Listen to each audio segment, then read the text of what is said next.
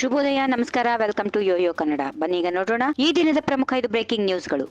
RSS ಅಳವಡಿಸಿಕೊಂಡಿರುವ ನಿಯಮಗಳ ಪ್ರಕಾರ ನರೇಂದ್ರ ಮೋದಿ ಅವರು ತಮ್ಮ ಪ್ರಧಾನಿ ಹುದ್ದೆಗೆ ನಿವೃತ್ತಿ ಘೋಷಿಸಬೇಕಾಗುತ್ತದೆ ಎಂದು ಬಿಜೆಪಿ ಹಿರಿಯ ನಾಯಕ ಸುಬ್ರಹ್ಮಣ್ಯ ಸ್ವಾಮಿ ಅಭಿಪ್ರಾಯಪಟ್ಟಿದ್ದಾರೆ. ಮೋದಿ ಅವರು ಆರ್ಎಸ್ಎಸ್ ಪ್ರಚಾರಕನ ಸಂಸ್ಕಾರಕ್ಕೆ ಬದ್ಧರಾಗಿ ತಮ್ಮ 75ನೇ ವರ್ಷದ ಹುಟ್ಟುಹಬ್ಬದ ನಂತರ ಸೆಪ್ಟೆಂಬರ್ 17ರಂದು ನಿವೃತ್ತಿ ಘೋಷಿಸಬೇಕು, ಇಲ್ಲವಾದರೆ ಬೇರೆ ವಿಧಾನಗಳಿಂದ ತಮ್ಮ ಪ್ರಧಾನ ಕುರ್ಚಿಯನ್ನ ಕಳೆದುಕೊಳ್ಳುತ್ತಾರೆ ಎಂದರು.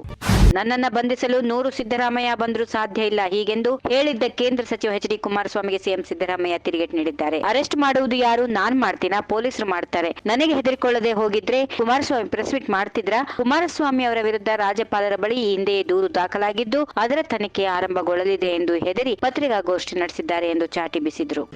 ಹಾಸನ ನಗರಸಭೆ ಅಧ್ಯಕ್ಷರಾಗಿ ಜೆಡಿಎಸ್ ಪಕ್ಷದ ಚಂದ್ರೇಗೌಡ ಆಯ್ಕೆಯಾಗಿದ್ದಾರೆ. ಈ ಬಗ್ಗೆ ಬಿಜೆಪಿ ಮಾಜಿ ಶಾಸಕ ಪ್ರೀತಂ ಗೌಡ ಅಭಿಪ್ರಾಯಪಟ್ಟಿದ್ದಾರೆ. ಈ ಬಗ್ಗೆ ಮಾಜಿ ಬಿಜೆಪಿ ಶಾಸಕ ಪ್ರೀತಂ ಗೌಡ ಪ್ರತಿಕ್ರಿಯೆ ನೀಡಿದ್ದು, 10 ತಿಂಗಳ ನಂತರ ಅಧಿಕಾರ ಬಿಟ್ಟುಕೊಡಲಿಲ್ಲ ಅಂದ್ರೆ ನಗರಸಭೆಯಲ್ಲಿ ಜೆಡಿಎಸ್ ಪಕ್ಷಕ್ಕೆ ಅದೇ ಅಧಿಕಾರ ಕೊನೆಯದಾಗುತ್ತದೆ ಎಂದು ಗುಡುಗಿದ್ದಾರೆ. ಜೆಡಿಎಸ್ 10 ತಿಂಗಳ ನಂತರ ಅಧಿಕಾರ ಬಿಟ್ಟುಕೊಡದಿದ್ರೆ ಇನ್ನು ಮುಂದೆ ಹಾಸನ ನಗರಸಭೆಯಲ್ಲಿ ಬಿಜೆಪಿ ಅಧಿಕಾರದಲ್ಲಿ ಇರುತ್ತದೆ. ಬಿಜೆಪಿ ಸದಸ್ಯನಿಗೆ ಅಧಿಕಾರ ಸಿಗುವಂತೆ ಮಾಡುತ್ತೇನೆ ಎಂದು ಹಾಸನದಲ್ಲಿ ಪ್ರೀತಂ ಗೌಡ ಎಚ್ಚರಿಕೆ ನೀಡಿದ್ದಾರೆ.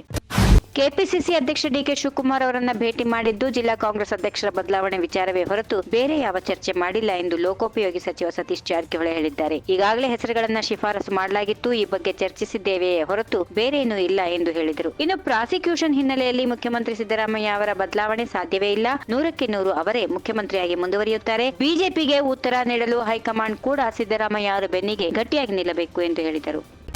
ಮೂಡ ಹಗರಣಕ್ಕೆ ಸಂಬಂಧಿಸಿದಂತೆ ಸಿಎಂ ಸಿದ್ದರಾಮಯ್ಯ ಸ್ಪಷ್ಟೀಕರಣ ನೀಡಿ ಬಿಡುಗಡೆಗೊಳಿಸಿದ ದಾಖಲೆ ತಿದ್ದಲಾಗಿದೆ ಎಂದು ದೂರುದಾರ ಸ್ನೇಹಮಯಿ ಕೃಷ್ಣ ಮಾಡಿರುವ ಆರೋಪ ಕುರಿತು ನಗರ ಅಭಿವೃದ್ಧಿ ಇಲಾಖೆ ಸಚಿವ ಬೈರತಿ ಸುರೇಶ್ ಪ್ರತಿಕ್ರಿಯೆ ನೀಡಿದ್ದಾರೆ. ಜಮೀನಿಗೆ ಪರಿಹಾರ ನೀಡಿಲ್ಲ, ಅಷ್ಟೇ ವಿಸ್ತೀರ್ಣದ ಜಮೀನು ಅಂತ ಹೇಳಿದ್ದಾರೆ. ಅಲ್ಲಿ ವರ್ಷ ಮಿಸ್ಟೇಕ್ ಆಗಿರಬಹುದು, ಇಲ್ಲವೇ ಸಮಾನಾಂತರ ಬಡಾವಣೆಯಲ್ಲಿ ನೀಡುವಂತೆ ಕೋರುತ್ತೇನೆ, ಬಹಳ ಸ್ಪಷ್ಟವಾಗಿ ಹೇಳಿದ್ದಾರೆ. ವಿಜಯನಗರ ಲೇಔಟ್ ಅಂತ ಎಲ್ಲಿ ಬರೆದಿದ್ದಾರೆ, ಸಮಾನಾಂತರ ಜಾಗ ಅಂತ ಬರೆದಿದ್ದಾರೆ, ಎಲ್ಲವನ್ನ ನೋಡಿ ಹೇಳಿಕೆ ನೀಡಬೇಕೆಂದು ಸಚಿವ ಬೈರತಿ ಸುರೇಶ್ ತಿಳಿಸಿದರು.